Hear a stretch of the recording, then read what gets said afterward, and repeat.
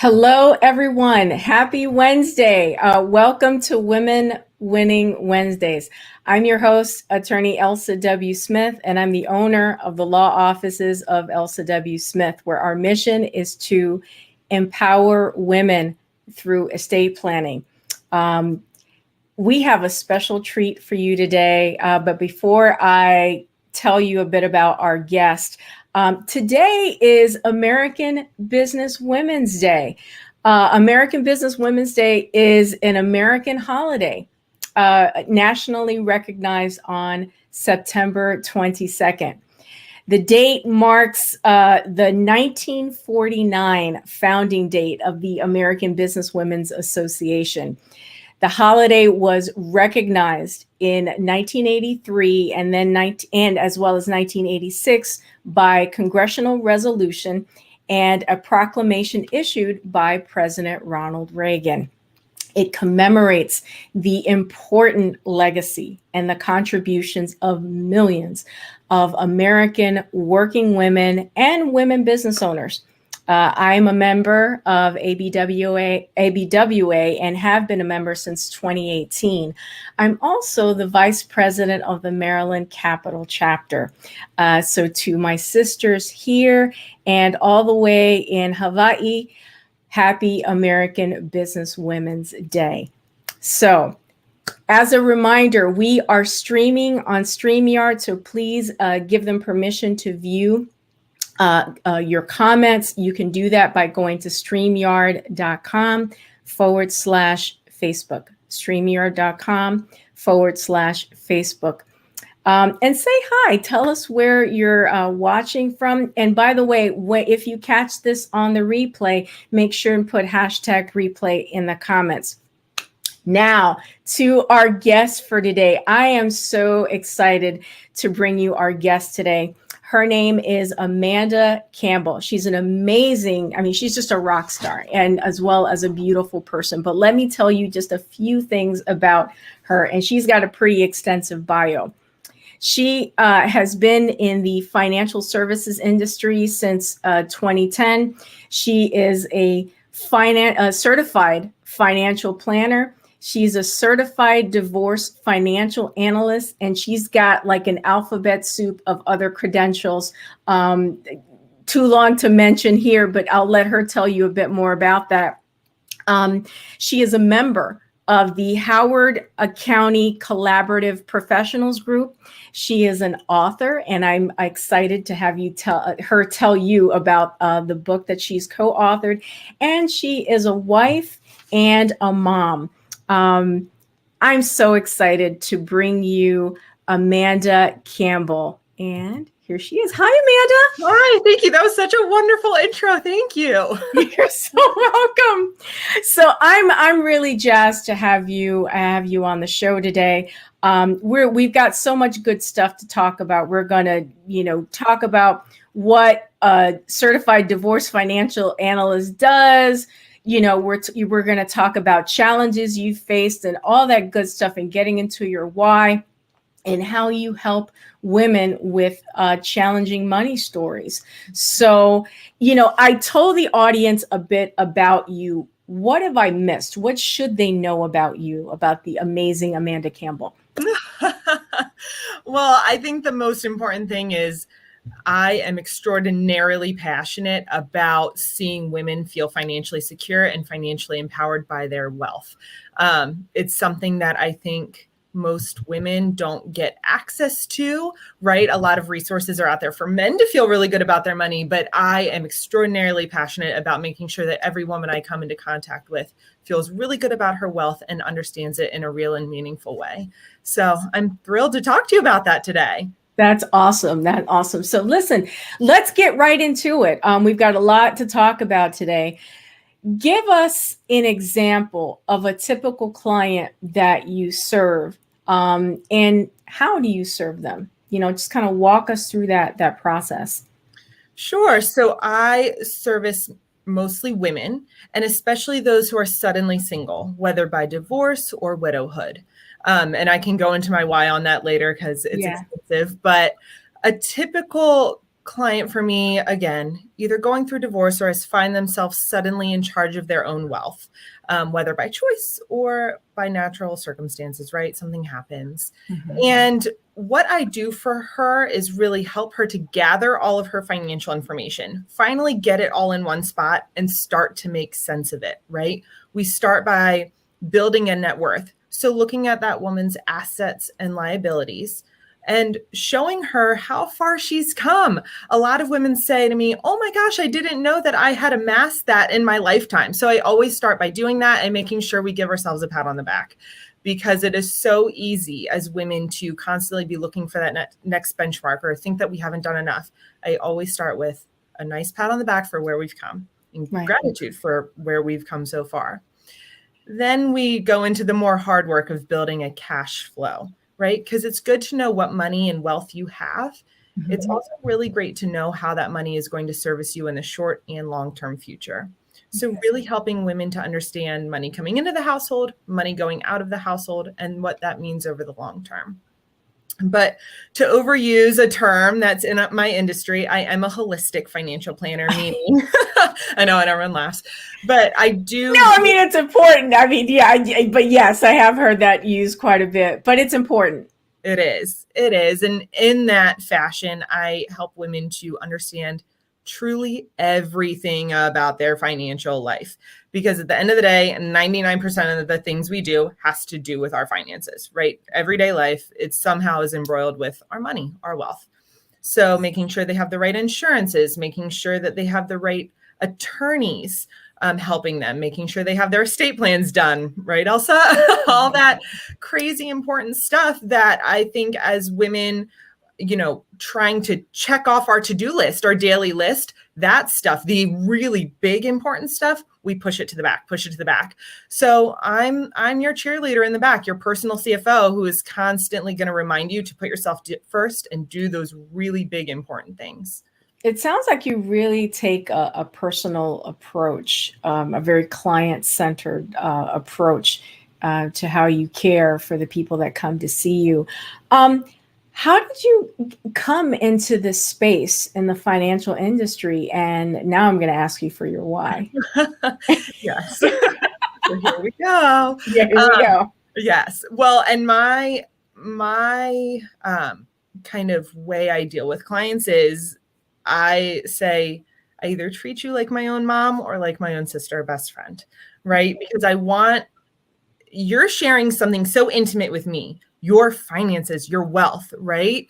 That's a very intimate thing for most people to let somebody in that way. So yeah, I meet you where you are and I want you to know you can trust me, which leads to my why.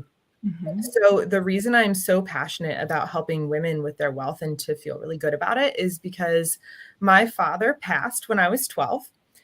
And thank you. And I had to watch my mother, who is Puerto Rican. So she came here when she was 32 to start a family, start a life with my father. And, you know, she had always spoken Spanish. And it was, you know, when my father passed, she had to learn to really speak for herself in English, nonetheless, for the first time in her life. And that also meant speaking for herself in terms of taking over the household, right? Understanding where all of the accounts were, understanding, you know, where the mortgage was kept, understanding how to pay the bills. In watching her struggle to figure all of that out, I realized that there was nobody like me who could help her, right? There weren't necessarily women in the financial planning profession. And my parents did not have a financial planner. That wasn't something I even knew existed back then, right? But I was also surprised that even when she would call a bank, there was no one who really wanted to take the time to hold her hand. So I realized, you know, after college and kind of leaning back on that life experience, I wanted to be that person. I wanted to grow into the financial advisor that I wished my mom would have had during such an inflection point in her life. And I've loved every minute since. I always say I can't imagine what I'd be doing if I wasn't doing this. That's so powerful. And I was looking forward to you sharing that story for a couple of reasons. And we talked during the show prep that I'm Afro-Cuban, and the fact that we have that commonality of having Latin roots and stuff is real special. But to that, touching on that point, being Afro-Cuban and a woman, I still had to venture into many professional spaces where I was the only one. Insert woman of color, insert Latina, it's like the trifecta at least. I'm curious if you had similar experiences, and if so, how did you navigate those spaces?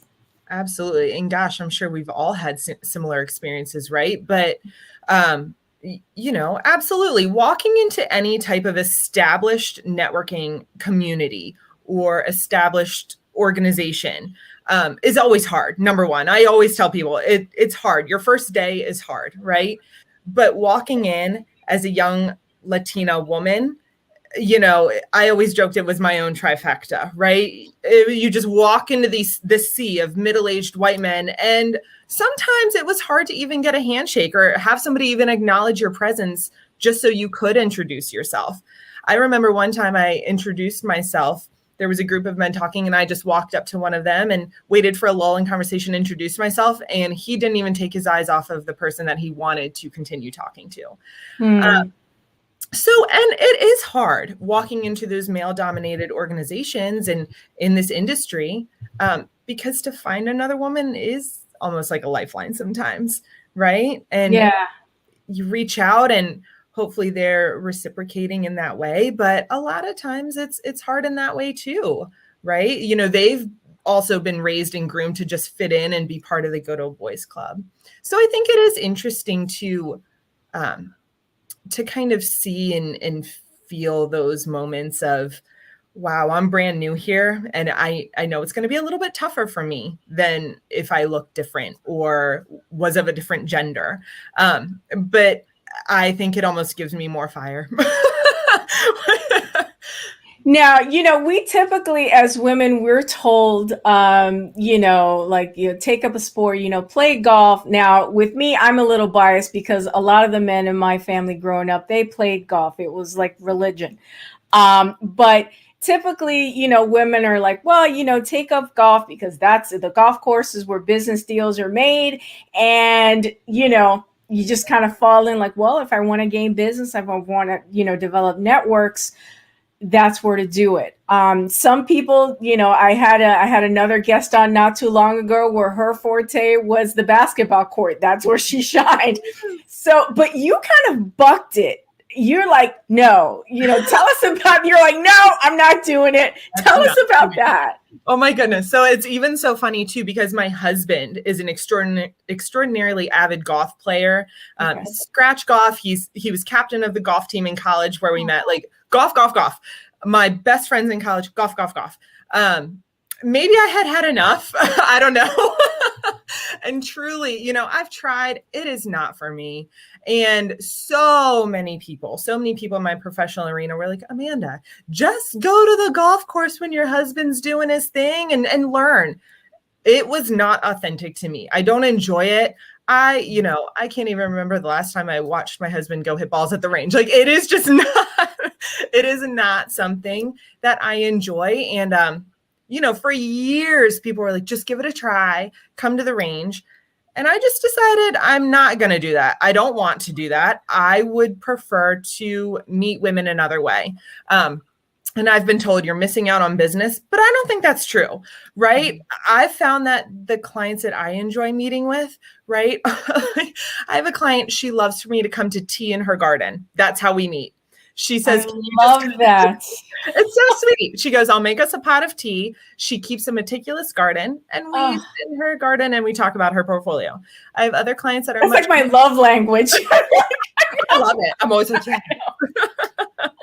I have other clients that are like, can we meet for a salad and a glass of wine for happy hour? Love it. I don't in any way, shape, or form feel like I drew the short straw because I'm not authentically attracted to golf or sporting events. I have beautiful women that I serve in other ways.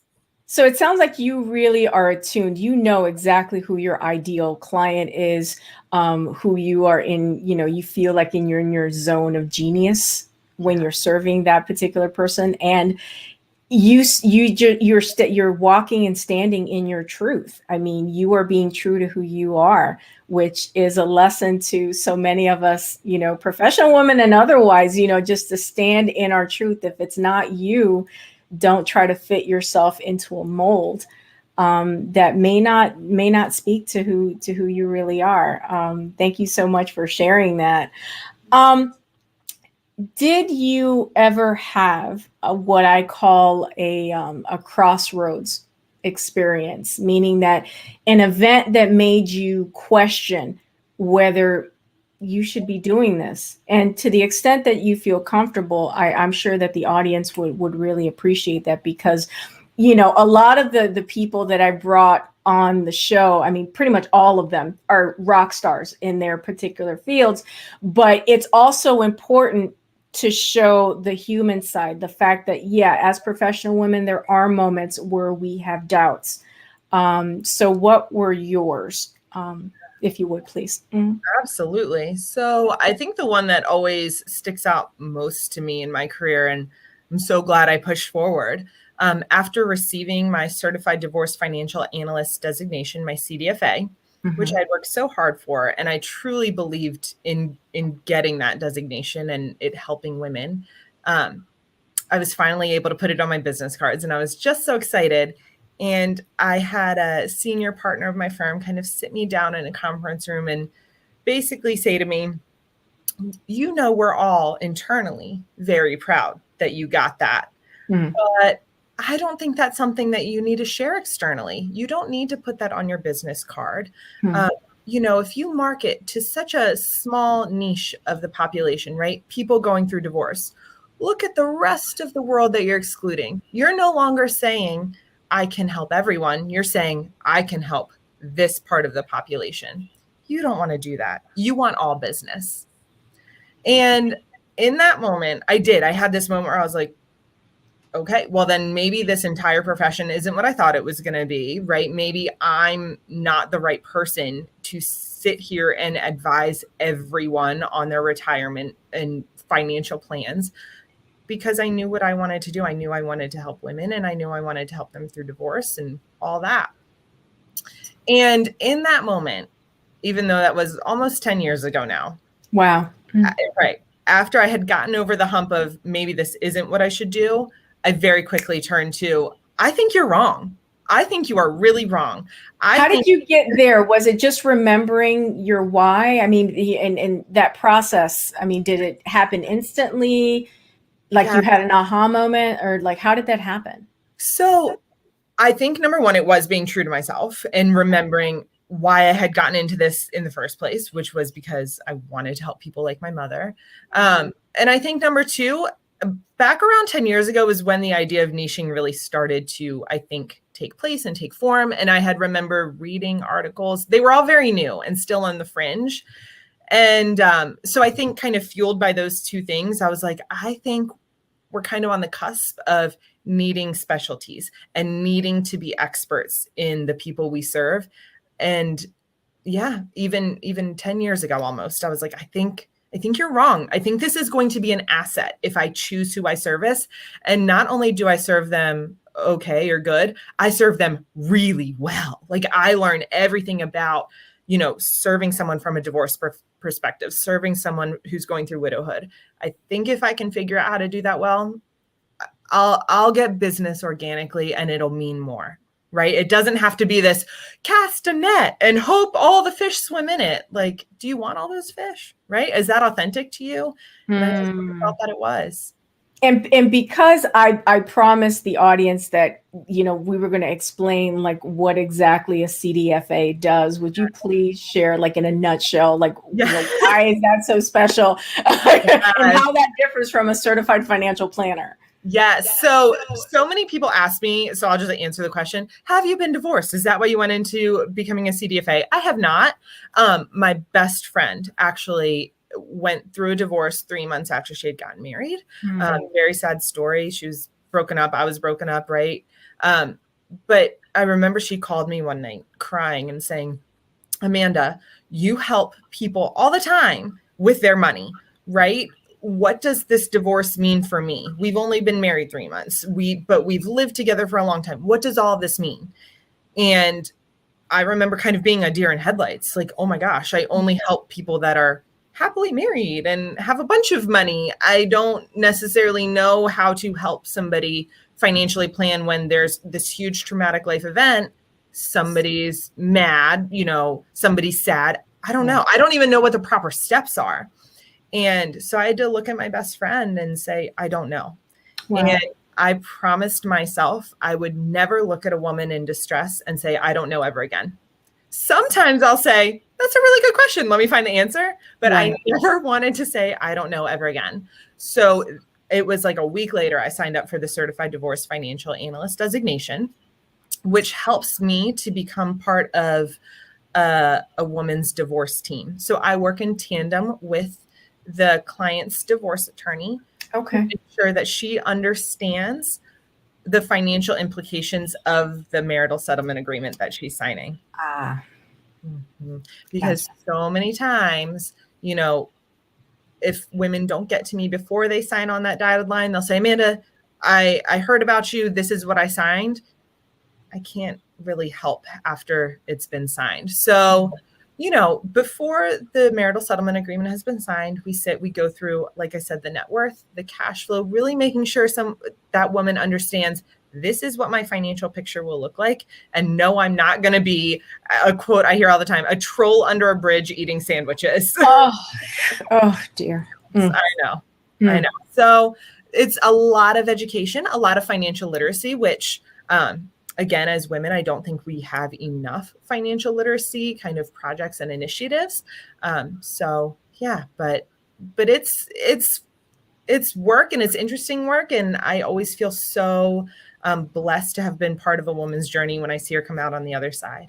Well, and to that point, have you come across women with pretty challenging money stories?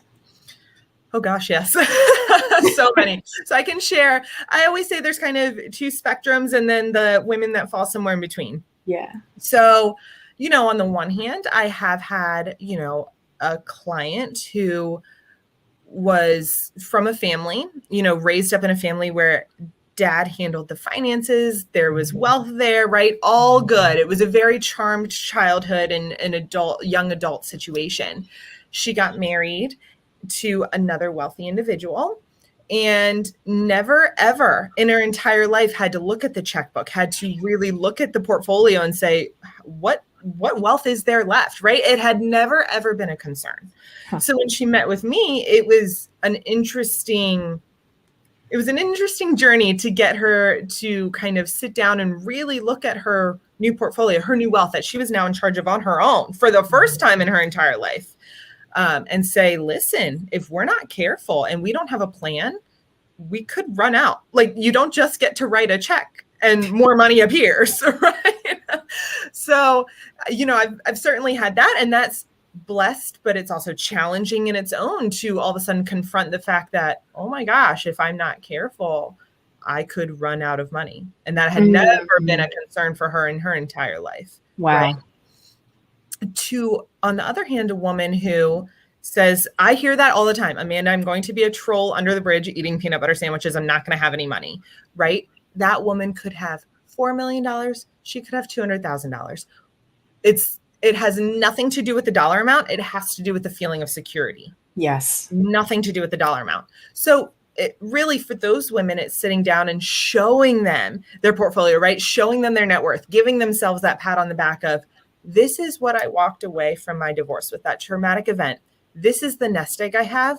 And if I take really good care of it with Amanda, I can keep living the life that I'm living right now.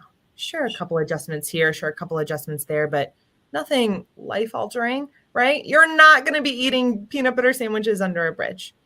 But that is fear, the fear of being so uncertain about your money, right? So it's, there are those two. And again, those women that fall in the middle. But I think at the end of the day, everybody has challenges that they faced with money, and, really molds the way that they perceive money and wealth. Some people feel guilty when they talk about their wealth. Some people are uninterested in talking about their wealth. Some women are proud about it, right? Everybody has a way they feel, and it's all your money operating system and how that kind of fleshes itself out in your life. Have you had people, when you talk about the guilt, maybe the guilt in sharing exactly what they give or how they give?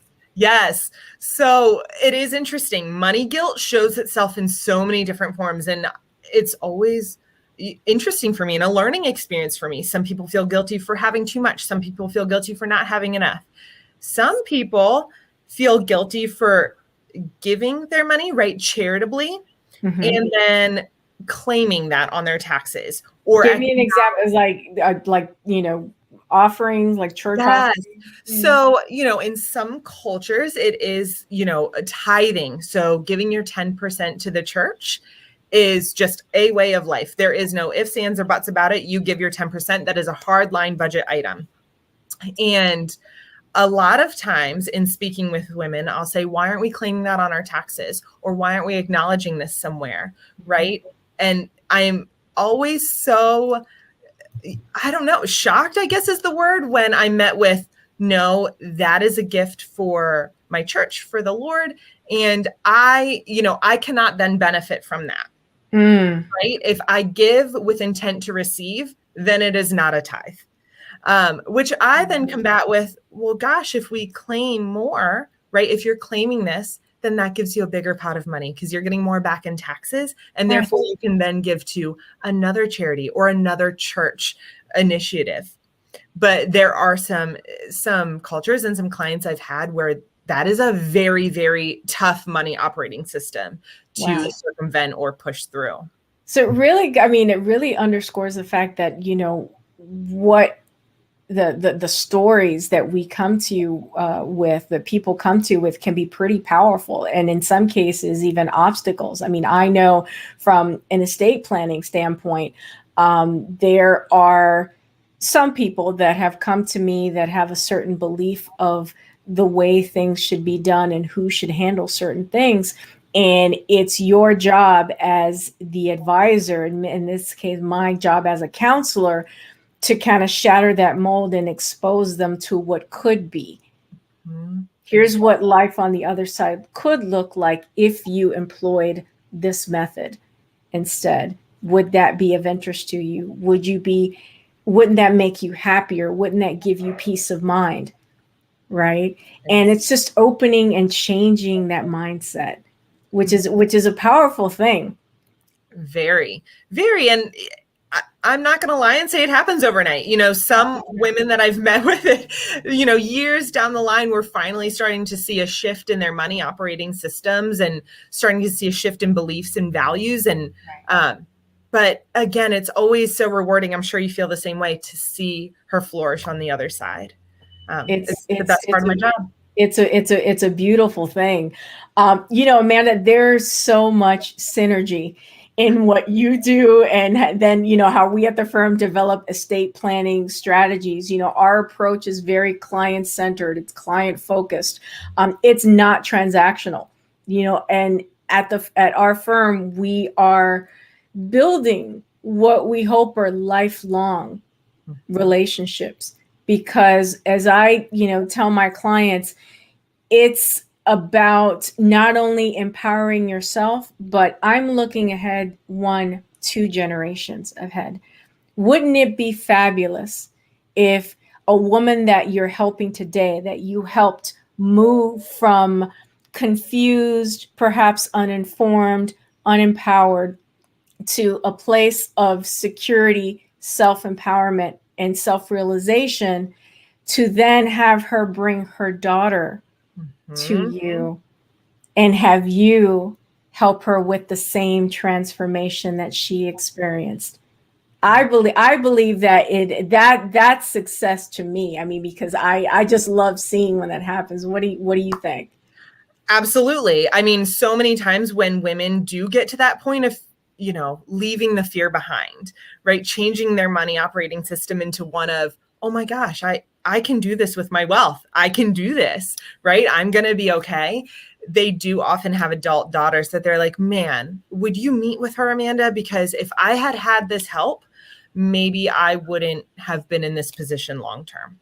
So I'm a huge advocate for, just anyone, if you're a mom and you want to bring your daughter to the meeting, that's wonderful, right? I've had even moms who are younger be like, Amanda, are there any resources that I can give to my young daughter? So I have little coloring pages and, all that fun stuff. It is never too early to start talking to the young women in your life about money. It is never too early. I cannot, like my daughters, my oldest is always like, she calls me the wealth mom. Like, and she jokes when she's like talking on her fake phone, like, Mom, someone needs to talk to you about wealth. But she has a piggy bank. I love it. I love it too. But she has her own piggy bank. She knows that she needs to save some of her money, donate some of her money. She can spend some and have fun, right? But I think those conversations, you're never too late to have them, and it's never too early to have them. I couldn't agree more. In the women that I'm blessed to serve, I mean, I love not only watching the transformation, the sense of relief, like when they have their, tailored estate plan presented to them, but also them telling me, you know what, my daughter is getting ready to go to college. I think she ought to sit down and have a conversation with you. It's just normalizing meeting with professionals. And the only way that it's going to happen is, as you said, doing it early. But we also, in our adult lives, we need to normalize reaching out to professionals because they're watching us. The younger generations are, they're watching us to see, is it typical for mom to meet with her financial advisor? Is it normal to talk about investments? Like I grew up, working class household. And there was no, Elsa, when you're older, we're going to have you meet our person at such and such, investment house. Yes. There wasn't that conversation. Mm-hmm. So it's really up to us to kind of change the narrative. How do we want not only to change our own lives, but if we've got little ones, and teenagers, what are we doing now to plant those seeds, to change and impact that next generation? So I just have just enjoyed this conversation so much. I was looking forward to it because we are aligned on so many levels, Amanda. But I really want to thank you. Before I forget, how can people get in contact with you? I'm going to put your email on screen, but how else can people connect with you and your company? Tell us a bit about the company you represent, Wealthspire.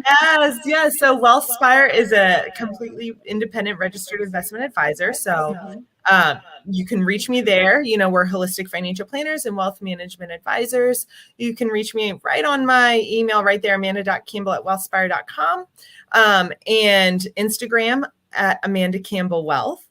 And my sister and I also wrote a book. So the 360 action plan right up there. Tell me, wait, because I don't want to blow through that. I did want to talk about that. We've got a couple minutes. So tell me a bit about the book. It's so exciting. Oh, thank you. Yes. So my sister, I'm a wealth manager, financial planner. My sister is a nutrition coach and personal fitness instructor. So, we are best friends. That took a while to create the whole best friends thing from sisters, but we are now best friends. And we've found that our clients just were naturally the same type of person, right? Just women who wanted to regain control and wanted to put themselves first. So Michelle and I put a book together, the 360 action plan for women. Regarding. And where can they get the book? Yeah, on Amazon or your local bookstore. So you can have it ordered right from your local bookstore, shop local. But yes, it's a book about just putting yourself first from a wealth perspective, a fiscal, emotional, spiritual perspective, all of that. Because as women, we just don't do enough of that. So check out the book. We have our website, healthandwealthsisters.com as well. But yeah, a lot of fun things going on. Feel free to reach out via email. I'm happy to answer any and all questions. I am thrilled. I'm happy for you with continued success with the book, with Wealthspire. I see nothing but good things in your future. And again, thank you so much for being a guest on the show. I've really enjoyed it, and I'm sure that the audience has as well. Keep doing what you're doing. This show is about empowering women. The pillars of my law firm are education and empowerment. And that's why I saw such alignment with what you do. And, we've got to keep doing it one client, one family at a time. That's the only way that I believe that we're going to make an impact in the broader society. So Amanda Campbell, everyone, certified financial planner, certified divorce financial analyst, etc., etc., etc. I wish you nothing but success. And thank you so much and have a wonderful day. I'll talk to you soon. Thank you. This was lovely. Thank you so much. Everyone, wasn't she wonderful? I knew she would be. I knew she had a lot of good information to share.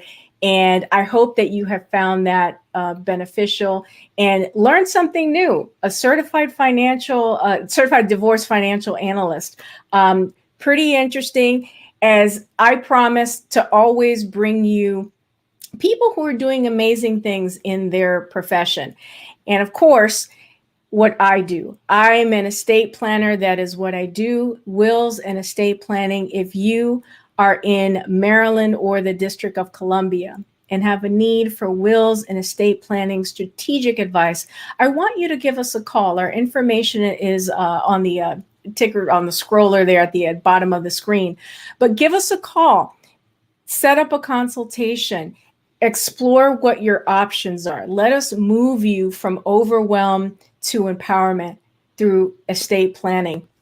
As I wrap up, I want to remind you to catch this on the replay, share it with people in your circle. And here's how you connect with us on social media. Obviously, this is streaming on Facebook, YouTube, and LinkedIn. Visit our YouTube channel. You're going to see a huge library of estate planning resources, all free. Click subscribe because we try to put out content every week. You can also go to my website, as you see there, elsawsmithlaw.com. Check out our blog. There are also free resources. So again, we're constantly trying to bring you resources and content to empower you, to help you get over whatever's stopping you from creating your estate plan and protecting yourself and your family. Everyone, I am Elsa W. Smith, your Maryland estate planning attorney, thanking you once again for joining me on Women Winning Wednesdays. Take care, everybody, and I'll see you next week.